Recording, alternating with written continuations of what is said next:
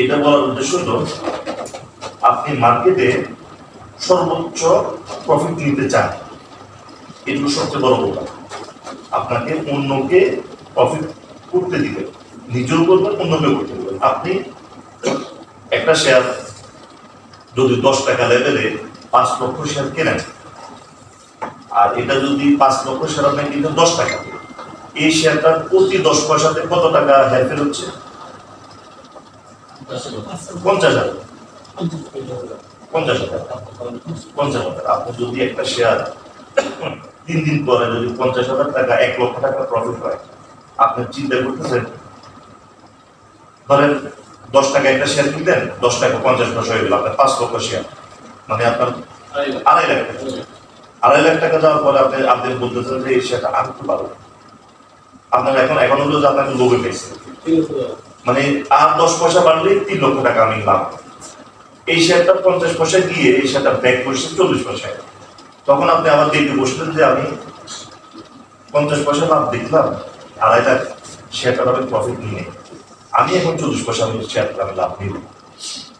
এবার আপনি আরেকটু আমি মার্কেটে আরো সময় আছে, আমি একটু দেখি, এই আবার বসা শুরু করতো, মার্কেট চলতেছে, আপনি বসে আছেন, এখান থেকে আবার সে 40 পয়সা থেকে 30 পয়সা চলে এসছে। এখন তো আপনার মাথা আবার খারাপ হয়েছে যে 2.5 লাখ টাকা মারলাম না শেয়ার, এখন তো 1.5 লাখ টাকা লাগবে, আজকে শেয়ার মারবো। 2 দিন পরে শেয়ার আপনি 9 টাকা 80 পয়সা মিলে 1 লক্ষ টাকা লস নিয়ে চলে গেছে। অথচ যদি মার্কেটে যদি চিন্তা করতেন যে এখানে 10 পয়সা লাভ হচ্ছে, এই 10 পয়সা আমি লাভটা নিয়ে নিই 3 দিন, তার মানে 50,000 টাকা। এখন আপনার বলেন আপনার পার ডে এখানে কার ইনকাম কত? প্রতিদিন আপনাদের এখানে কার ইনকাম সর্বোচ্চ কত টাকা ইনকাম করবেন? 5,000,